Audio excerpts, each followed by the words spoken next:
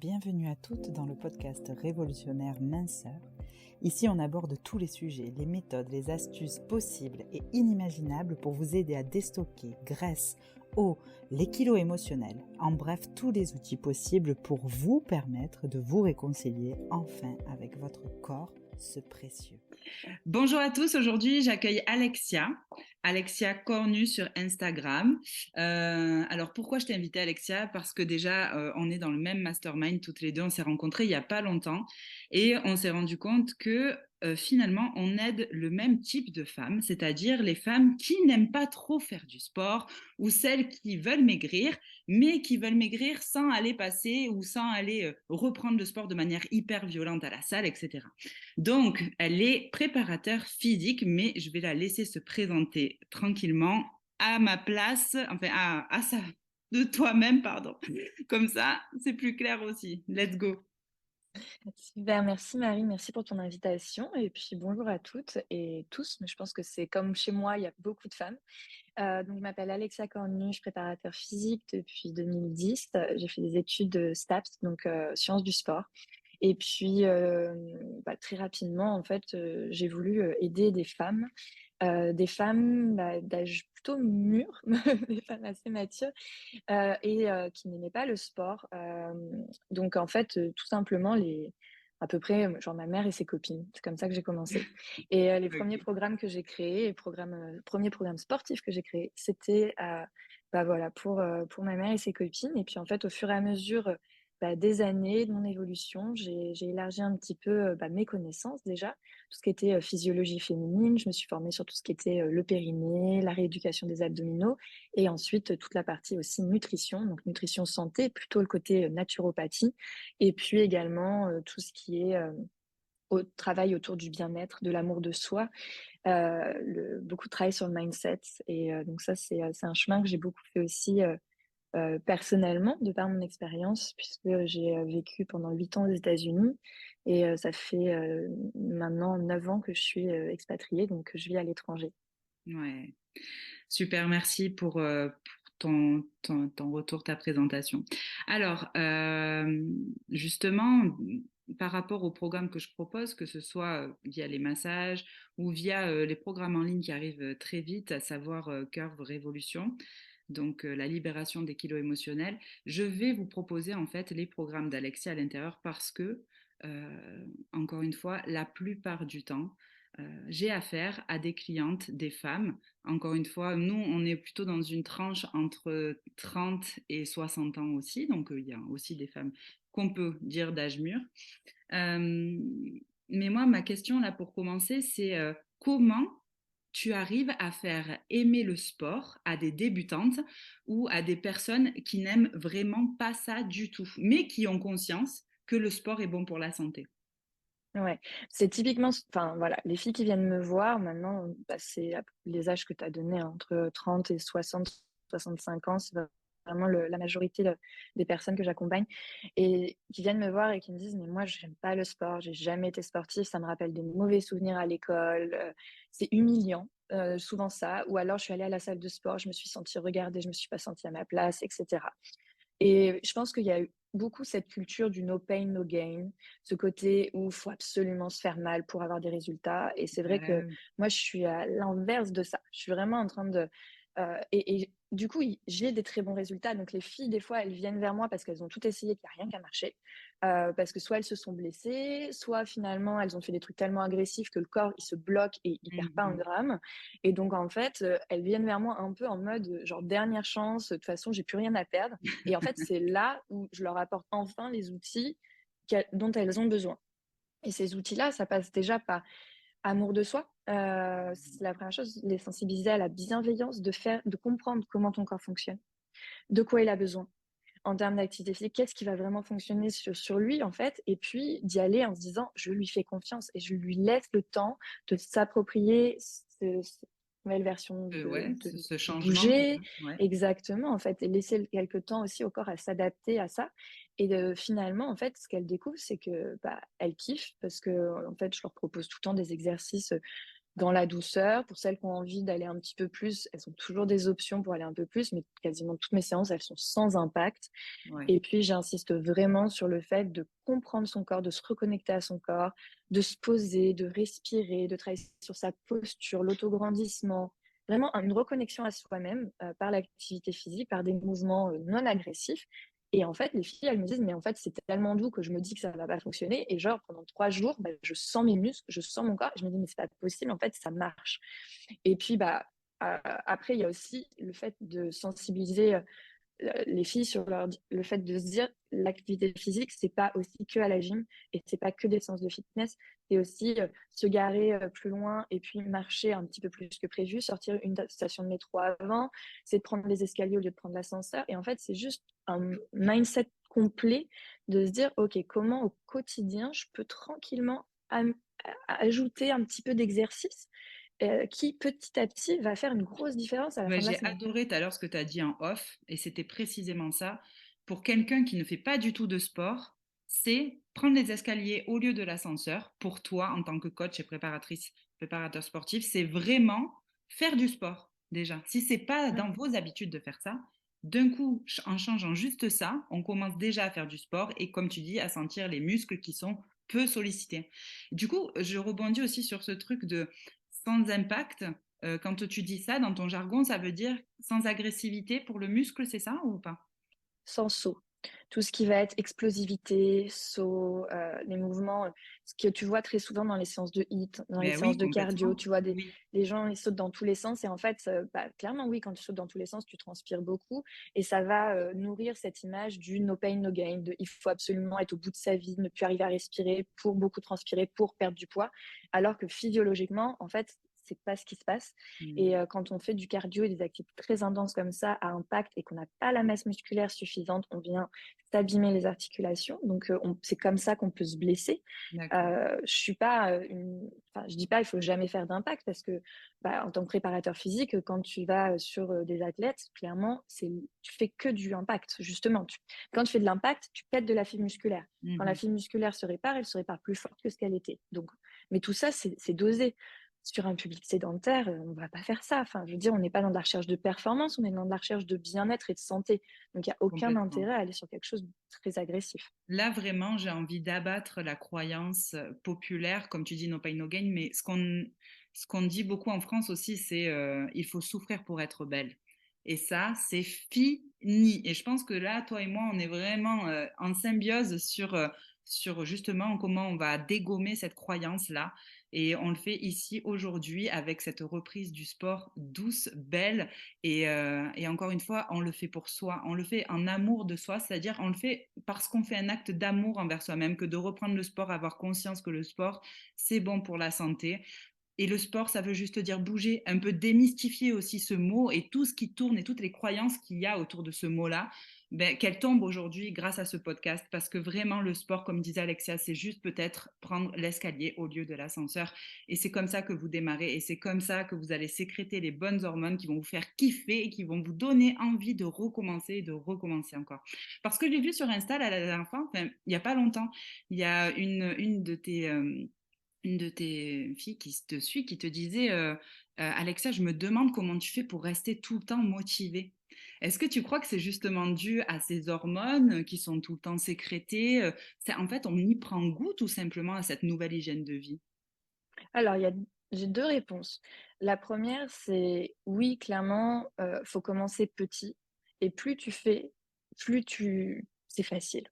Donc, ce qui est difficile, c'est de commencer tout de suite avec un objectif qui va être trop ambitieux, qui va pas être adapté à ta forme du moment, où tu risques, bah, de te blesser, tu vas avoir mal, ça va être dans la douleur, dans la souffrance, tu vas forcer le corps et là, du coup, tu prends aucun plaisir. Alors que si tu te dis: «OK, j'y vais progressif, des petites choses», que tu revois aussi un peu ton image parce que j'ai souvent des nanas, elles me disent: «Oui, moi j'étais sportive il y a 15 ans, 20 ans» et donc en fait, elles reprennent le sport et elles veulent refaire les chronos qu'elles faisaient à l'époque, les sensations qu'elles faisaient à l'époque et Oh en fait, tiens, on dirait moi ça. Non, elles se vas-y. démontent le corps en fait et du coup, tu as vraiment tout de suite ce truc: «Mais ça fait trop mal et je vais me blesser, Mais ouais. j'y arriverai jamais» et cetera. Donc déjà, juste de se dire en fait, c'est tout, enfin, dire c'est de la la planification d'entraînement, c'est ce qu'on fait en tant que coach. C'est que ce soit pour des athlètes de haut niveau ou pour des personnes sédentaires, c'est la même chose. C'est on part d'où est-ce que tu es, où est-ce que Oui, tu veux aller et on décompose pour faire un escalier avec plein de petites marches et que ce soit pas un truc démentiel. Et bon, Romain le dit souvent, mais il n'y a pas d'objectifs qui sont trop ambitieux. C'est juste le temps que tu te donnes pour l'atteindre, cet objectif. Et c'est ça, c'est clair. tellement vrai pour de Mm, mm, mm. l'activité physique, pour du sport. Bon, après, il y a une deuxième version aussi de ça, c'est que je suis pas tout le temps motivée, quoi. Ouais. Il y a des jours où c'est dur, il y a des jours où j'ai moins envie de bouger, il y a des jours où voilà, mon corps, il est plus dans la douleur, parce que je suis crevée, parce que j'ai pas bien dormi, parce que j'ai pas bien mangé. Enfin, je veux dire, il y a pas de surhomme, il y a pas de surfemme non plus. Ouais. Et donc en fait, bah, c'est juste de se dire aussi, à un moment, les jours où on n'est pas motivé, d'avoir mis en place tout un système qui te permet de quand même faire. Et parce que en fait, le truc, c'est que moi, les jours où j'ai pas forcément envie, je suis pas motivée, bah, j'ai rendez-vous avec ma communauté pour faire de l'activité physique, j'ai rendez-vous avec mon coach, j'ai fait mes menus de la semaine, donc je sais exactement ce que je vais manger, etc. En fait, j'ai tout organisé pour que les jours où j'ai pas envie, bah, c'est quand même facile. Et c'est Ouais. plus dur d'aller finalement de pas faire ma séance de sport parce que voilà, je sais qu'au final, bah, je vais me sentir mal. Et donc, j'ai tout mis en place et puis je m'écoute. C'est-à-dire que le jour où j'ai moins envie, j'allège. Ben, tout à Tu vois, fait. j'avais prévu d'aller courir, bah, je vais marcher. J'avais prévu de faire une séance de CrossFit démentielle, bah, je vais aller faire une séance de yoga. Enfin, Tout à et fait. j'adapte en fait. Je Parce que m'écoute. bouger, encore une fois, faire du sport, ça passe aussi, comme tu dis, par déjà écouter son corps, savoir communiquer avec son corps. Pour moi, c'est un truc hyper primordial parce que à l'époque, entre mes 2 grossesses, j'avais perdu tous mes kilos de grossesse et en plus, j'avais perdu 20 kilos. Et c'était là que je m'étais remise, en fait, progressivement au sport. Et enfin, je raconte un peu mon histoire si ça peut résonner pour celles qui écoutent aussi. Euh, et en fait, c'est là que j'ai compris à quel point se faire plaisir, ça allait justement impacter ta perte de poids. Alors, ça passe dans l'assiette, ça passe par le sport, l'activité en tout cas du corps, mais ça passe surtout, surtout par le développement personnel. Vraiment, moi, c'est ce que j'ai. Mais alors, et c'est pour ça que j'ai créé ces programmes-là. J'ai une question d'ailleurs sur tes programmes. Quand tu dis j'ai tout prévu pour moi, ce que je mange, machin, les activités, c'est exactement pareil pour tes coachés, je suppose. Ouais. Ouais, c'est ça. Ouais, ouais, j'essaye vraiment de les mettre dans des conditions en fait où il y a zéro charge mentale. Vraiment de leur dire: «OK, les filles, c'est aux petits oignons, je suis là, je m'occupe de tout, quoi». Et qu'ensuite, bah, tu te laisses guider. Enfin, moi, c'est vrai que je fais très attention au suivi, à l'accompagnement parce que vu que je m'adresse à des personnes qui n'aiment pas le sport et Et qui oui. me donnent une chance de leur faire aimer le sport et par la même occasion de Mmh. les reconnecter à leur corps. Moi, ça me rend tellement triste quand je vois des femmes qui ne demandent qu'à rayonner et elles sont enfermées dans un corps qu'elles n'aiment pas.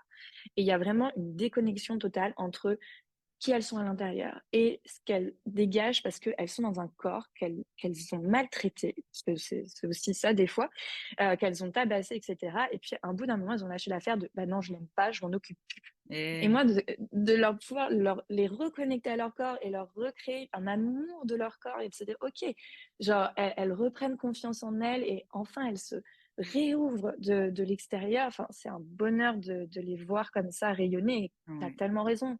Ça, enfin, l'alimentation, le sport, pour moi, c'est des outils, mais ça passe tellement par le mindset et par justement l'état d'esprit, ce que Mmh. comment tu vas te voir et comment tu vas réapprendre à t'aimer. Mais complètement. Et tu vois, donc, justement, j'avais perdu 20 kilos, je me sentais vraiment su- super belle, mais de l'intérieur, de l'extérieur, pendant cette période entre mes 2 enfants, d'accord? Et en fait, vraiment, ce que je dis dans tous mes accompagnements, c'est que le corps d'une femme, il mue comme un serpent. En permanence, en fonction de ce qu'on vit, en fonction des épreuves qu'on traverse, en fonction des enfants, pas des enfants, des traitements qu'on peut avoir, des maladies, etc. Le corps d'une femme mue en permanence jusqu'à la ménopause et encore après.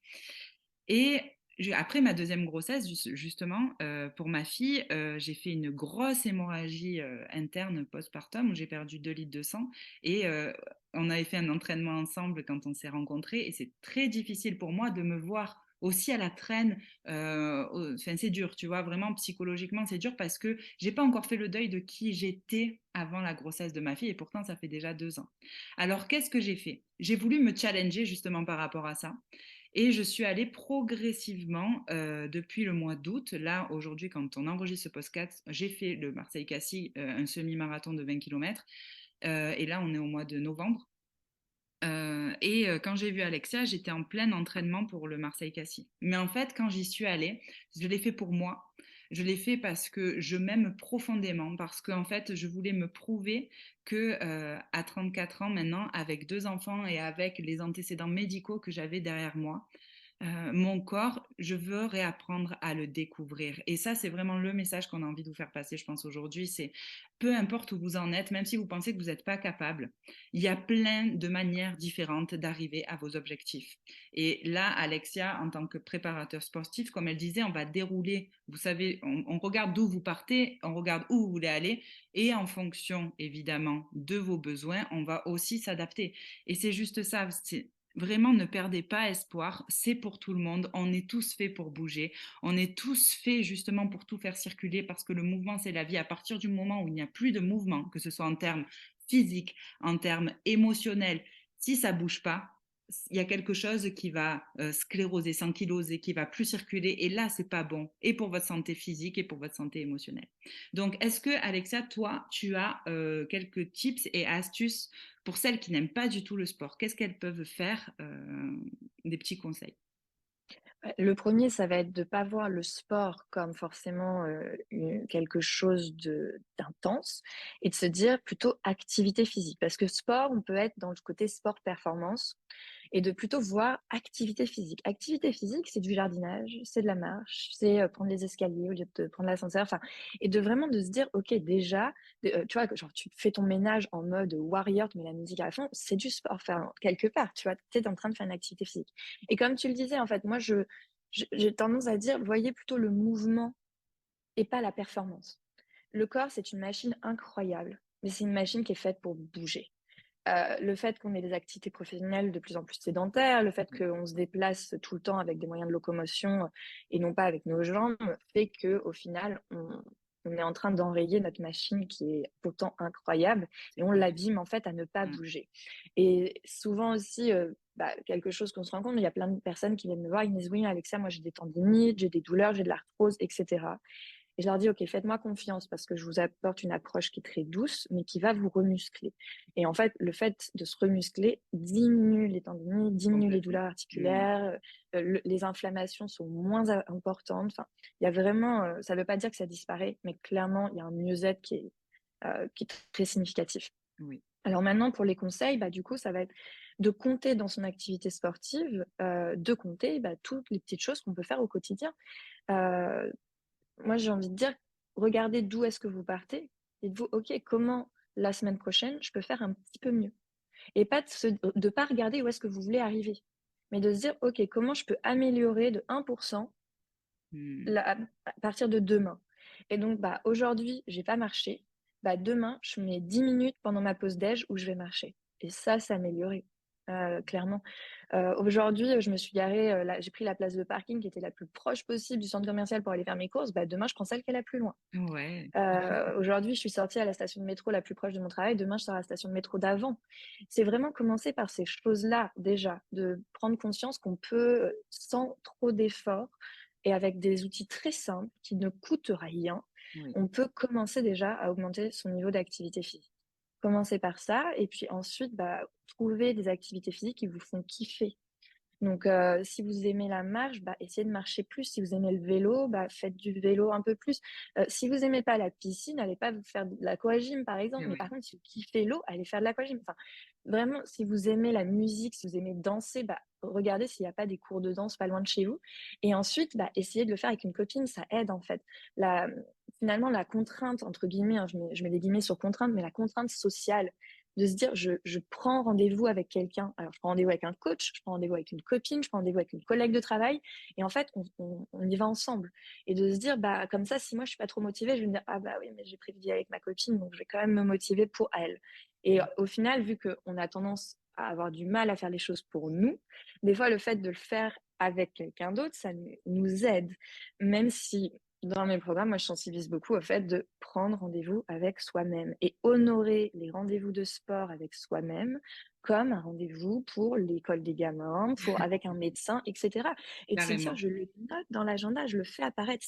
Cette séance de sport, c'est un rendez-vous avec moi-même. Et je fais apparaître ça. Je fais apparaître mes 15 minutes de marche de ma pause déjeuner. Je fais apparaître mon heure d'aquagym, etc., dans mon agenda. Et c'est là, et je le fais pas sauter, parce que je ferai pas sauter le rendez-vous avec les profs des gamins. Pourquoi Mm. est-ce que je vais faire sauter le rendez-vous qui me concerne moi? Pourquoi est-ce que moi, je suis moins importante? Eh ben non, on est la personne la plus importante pour soi. Et ça, c'est tellement important. Et si on le fait pas, mais qui va le faire pour nous? Donc, à un moment, faut se prioriser, et ce n'est pas être égoïste, au contraire. Oh non. Justement, en se priorisant soi-même, encore une fois, on va être rempli d'énergie, on va augmenter l'estime de soi, la confiance en soi, notre amour qu'on a pour nous-mêmes. Et en faisant ça, notre coupe, elle sera tellement pleine qu'on pourra donner aux autres encore plus et de manière plus qualitative. Donc, c'est pour ça, il faut vraiment, encore une fois, j'adore cette notion et il faut toujours la remettre au centre. On est la personne la plus importante de notre vie parce que quand j'entends toutes ces femmes qui disent non mais moi si je suis pas là la maison ne tourne pas, ou si je suis pas là, ou si je fais pas ça pour mes enfants, ou si mais en fait encore une fois, et je prends toujours cette image, c'est comme si tu étais une fontaine au milieu d'une cour, et en fait la fontaine elle est alimentée par une source en dessous qui permet justement à la fontaine, voilà, de que toute l'eau monte et que la fontaine s'écoule. Elle est sur une place, cette fontaine, le jardin est ouvert, il y a un portail qui est toujours ouvert. Et donc, rentre ici tes enfants, ton mari, tes amis, ton patron et tous les gens de ton entourage. Et chacun prend un verre dans la fontaine et vient boire ton eau, de ta fontaine. C'est vraiment l'image de l'énergie qu'on donne aux autres. Et en fait, des fois, cette place et ce petit portail, il faut le fermer. Il faut le fermer. Et comment on le ferme? En prenant rendez-vous, comme tu l'as dit, avec soi-même. On le ferme pourquoi? Parce que la source, si on en abuse, il n'y aura plus en fait rien pour nourrir les autres. Et c'est beau l'humain parce que justement, on est dans une interaction, on est dans de l'échange, du partage. Et ça, c'est hyper important de toujours l'entretenir et que ce soit toujours beau et sain, en tout cas, au niveau des relations. Mais si on est dans l'abus, si on se sent en manque d'énergie, mais qu'on doit donner, et là, c'est quelque chose qui va plus matcher et énergétiquement et émotionnellement. Et là, c'est là qu'on rentre dans une grande phase de stress parce qu'on n'a plus rien à donner. Mais c'est un stress physiologique dont je parle, c'est même pas un stress, on va dire, imaginaire, c'est un stress physiologique, et le stress physiologique mène à la rétention d'eau, mène à une attitude aussi de cercle vicieux avec la nourriture, etc., etc., et à la sédentarité. Donc, merci pour tes tips parce que ça, tu vois, je le fais jamais alors que j'ai yoga tous les lundis soirs, mais je le mets jamais dans mon agenda. Et je trouve que c'est hyper intéressant de ramener ça. Donc, merci pour Ouais. ça, de prendre en compte et de renforcer encore une fois notre amour de nous-mêmes grâce à ces petits rendez-vous avec soi. Justement, alors, est-ce que pour celles qui aimeraient un peu le sport, est-ce qu'il y a des exercices à faire particuliers à la maison pour perdre du gras? Qu'est-ce que tu dirais, toi? Et même si on peut parler de fréquence, parce que moi, je pense qu'il faut bouger tous les jours, mais de fréquence et de durée. T'en penses quoi, toi? Bah, il y a plusieurs choses. Il y a le côté vraiment purement santé, où c'est 3 heures et demie d'activité physique par semaine. Donc 3 heures et demie, tu découpes comme tu veux, ça fait 30 minutes par jour. Ou alors ça peut être, tu fais 1 heure un jour sur deux, enfin, ou alors tu fais des blocs de 15-20 minutes. Mais comme je disais tout à l'heure, c'est 3 heures et demie d'activité physique. Donc tu vois, si tu te déplaces à vélo, si tu marches, etc. Enfin voilà, tout ça, ça compte. Ça, c'est vraiment le minimum pour être en bonne santé. Après, si tu veux perdre du gras, bon, comme tu dis, moi, mon approche, c'est comme la tienne, est très holistique. Donc, la première chose que je vais dire, c'est bah, pourquoi est-ce que tu stockes du gras? Ensuite, de faire attention à tout ce qui peut stresser ton organisme. Parce que, en fait, moi, j'ai eu en accompagnement des nanas qui faisaient tout bien. Elles mangeaient parfait, comme je leur disais. Elles buvaient de Oh l'eau parce là que là. un Ah litre et ouais. demi d'eau par jour pour bien s'hydrater, etc. Elles bougeaient, elles faisaient mes séances de sport avec beaucoup de volonté et tout ça. En fait, les filles, elles dormaient 5 heures par nuit, elles étaient stressées comme pas deux, quoi. Et Et le voilà. corps, il Hmm, retient. Il c'est retient. clair. Donc déjà, travailler sur tout ce qu'il faut pour que le corps puisse être dans les meilleures conditions pour dire, OK, je lâche. Ça, c'est la première chose. Complètement. Hmm, hmm. Et après, quand le corps est prêt à lâcher en termes d'activité physique, ce que je vais recommander, moi, c'est de booster le métabolisme. Alors, booster le métabolisme, en fait, c'est la dépense énergétique de ton corps, c'est l'énergie dont il a besoin pour fonctionner. Parce qu'on est des êtres vivants, parce que tu respires, tu as ton sang qui circule, tu as tes organes qui sont en vie. Donc tout ça, en fait, ça demande de l'énergie pour fonctionner. C'est ce qu'on appelle le métabolisme de base. C'est-à-dire que si tu restes allongé dans ton lit toute la journée, tu brûles des calories quoi qu'il arrive. Ouais, Calories, énergie, c'est la même chose. Je déteste parler de calories parce que ça ramène à l'alimentation, ouais. mais calories, c'est de l'énergie. Oui. Donc voilà. Maintenant, ce métabolisme, il y a donc ce qu'il a besoin au minimum pour fonctionner pour tes organes, et après, il y a ta composition corporelle qui influe énormément sur ton métabolisme. Ça veut dire que moi, aujourd'hui, ma taille, mon corps, mon âge, moi, à 30% de masse musculaire, je vais brûler beaucoup moins de calories qu'à 40% de masse musculaire. Mais la différence, elle est énorme. Et c'est Eh oui. ça, donc on s'en rend pas compte. C'est ce qui fait qu'à la ménopause, typiquement, on commence à stocker du gras alors qu'on mange pareil et qu'on bouge pareil. On se dit, mais c'est pas possible, j'ai rien changé, j'ai du gras qui arrive. Mhm. Pourquoi? Parce qu'en fait, à la ménopause, ça arrive tout au long de la vie, hein, mais il y a une grosse drop à la ménopause. Mais en fait, au fur et à mesure qu'on vieillit, on perd de la masse musculaire un peu tous les ans, sans rien faire, c'est comme ça, Ouais. on en perd. Mhm. À la ménopause, avec les hormones qui partent dans tous les sens, il y a une énorme fonte masse musculaire qui arrive d'un coup. Et donc, D'accord. on ne l'a pas vu venir. Et donc là, en fait, on stocke du gras. Donc, tout ça pour dire qu'au final, votre masse musculaire va être très liée à votre masse grasse. Mais dans le sens où c'est pas que quand on fait du sport, on est en train de transformer le gras en muscle, pas du tout. Mais ça veut dire que, en fait, plus tu as de la masse musculaire dans ton corps, plus tu vas brûler de l'énergie, donc des calories au quotidien. Et donc, moins tu vas stocker du gras. Ouais. Et à l'inverse, si tu perds de la masse musculaire, ce qui est souvent ce qui arrive quand on fait des régimes restrictifs à la con, il n'y a pas d'autre mot, Mhm. Mhm. on vient diminuer tellement les apports nutritifs que le corps, faut arrêter de croire qu'il est débile. Je veux dire, quand on lui donne plus à manger, il va Qui pas se stoppe. laisser mourir de faim. Donc, qu'est-ce C'est qu'il fait clair. le corps? On lui donne plus rien. Bah, du coup, il dit, OK, j'ai pas assez, je vais faire en sorte d'avoir besoin de moins. Comment ton corps, il fait pour avoir besoin de moins de calories? Bah, il perd de la masse grasse, de la Mhm. masse musculaire. Et en fait, il perd de la masse musculaire, ça veut dire que tu vas faire de la masse grasse parce qu'après, derrière, ton métabolisme, il est trop bas. Donc, il faut le booster, ce métabolisme. Pour le booster, il faut augmenter la masse musculaire. Et la masse musculaire, finalement, elle s'augmente en faisant du renforcement musculaire et pas forcément du cardio. Et c'est là, Eh oui. souvent, où on a La une grosse mauvaise. croyance de brûler des Voilà, calories. Et brûler des calories, exactement. brûler d'énergie, comme tu disais, c'est différent en off aussi tout à l'heure que de brûler du gras. Parce que Exactement. voilà, quand tu fais du cardio, ça va plus brûler. Bah, je te laisse peut-être finir sur les Oui, glucides que. exactement. Mais c'est exactement ça et c'est souvent la croyance qu'on a. En fait, on se dit c'est comme manger. On se dit, en fait, on mange un nombre de calories et c'est ce nombre-là de calories qu'il faut manger. Mais en fait, quand tu manges 1000 calories de McDo, c'est pas 1000 calories d'une salade de quinoa avec des amandes et Tout des à tu vois, fait. et donc, Mhm. en fait, il y a un moment, c'est pareil en sport. Il y a calories et calories. Quand tu vas brûler beaucoup de calories en faisant du cardio, oui, tu as dépensé beaucoup d'énergie. Cette énergie, elle a été apportée par les muscles, l'énergie qui est stockée dans tes muscles et des glucides au final.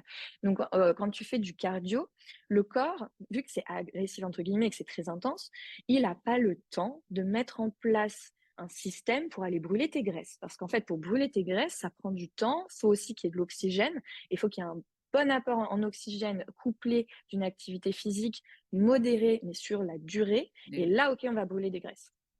Mais ça veut dire que quand tu fais du cardio, c'est tellement intense que du coup, le corps, il n'a pas le temps de mettre en place ce système-là.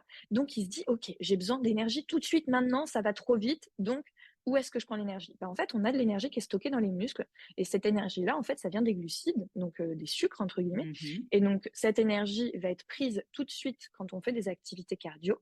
Et c'est cette énergie-là qui va être consommée en majorité quand on fait des activités qui font 30 minutes et qui sont très intenses.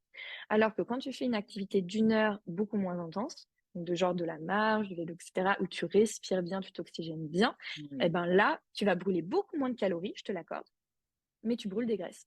Et voilà. Ça n'a rien à voir, quoi. Et ouais, c'est clair. Bon, c'est super intéressant en tout cas. Merci, merci pour tout ça.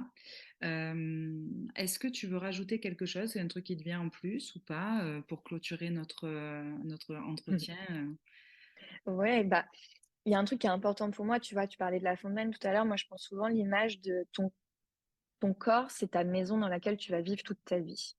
Et souvent, les femmes, on prend soin de notre maison. On prend soin de notre intérieur, voilà, on fait attention à notre environnement extérieur, etc. Mais en fait, si on prenait soin de notre corps comme on prend soin de tout notre environnement, on serait en bien meilleure santé et notre corps serait aussi en bien meilleure santé. Et donc, de pas négliger que ce corps-là, on va passer notre vie dedans et que tout ce qu'on lui apporte, le bien qu'on lui fait et le mal qu'on lui fait, de toute façon, va avoir une conséquence sur notre quotidien, sur notre vie, sur notre état d'esprit, etc. Donc de prendre vraiment soin de sa maison intérieure, de son corps, comme on prend soin des autres et comme on prend soin de tout le reste, quoi. Ouais, complètement d'accord avec toi, évidemment. Moi, ce que j'aimerais aussi rajouter, c'est vraiment ne perdez pas espoir. Vraiment, c'est euh, parce que tu sais, quand on est en surpoids, quand on l'a été longtemps, même quand on a été obèse, tu vois, il y a quelque chose où, au bout d'un moment, on est mal dans sa peau et il y a ce cercle vicieux qui s'installe et qui est là et qui est permanent à l'intérieur de toi en termes de dévalorisation même. Et moi, c'est à vous aussi que je m'adresse, qui nous écoutez, c'est vraiment, il y a plein de solutions. C'est pas parce qu'on regarde à la télé et qui nous disent qu'il faut faire ci, ça, ou à la radio, ou les influenceurs, ou je sais pas quoi. C'est pas ce qui nous intéresse. En fait, vous êtes unique. Prenez conscience juste de ça. Vous êtes unique. Et c'est justement grâce au fait que vous êtes unique et que vous allez tomber sur des personnes comme Alexia, ou peut-être sur le programme aussi que je lance en janvier sur l'équilibre émotionnel. Grâce à plein de petits trucs qui vont venir s'ajouter dans votre vie, vous allez apprendre à mieux vous connaître et en vous connaissant mieux, ça va aller, comme tu disais, beaucoup mieux dans ton intérieur. Parce qu'à partir du moment où on prend soin de l'intérieur, ça va se voir à l'extérieur et ça, c'est naturel. En tout cas, merci beaucoup Alexia, on te retrouve. J'ai mis ton lien sur ton Insta par rapport à ton Instagram dans le descriptif du podcast. Et en tout cas, merci pour tout. Et tes programmes seront aussi accessibles via mes propres programmes. Et puis, je t'embrasse bientôt.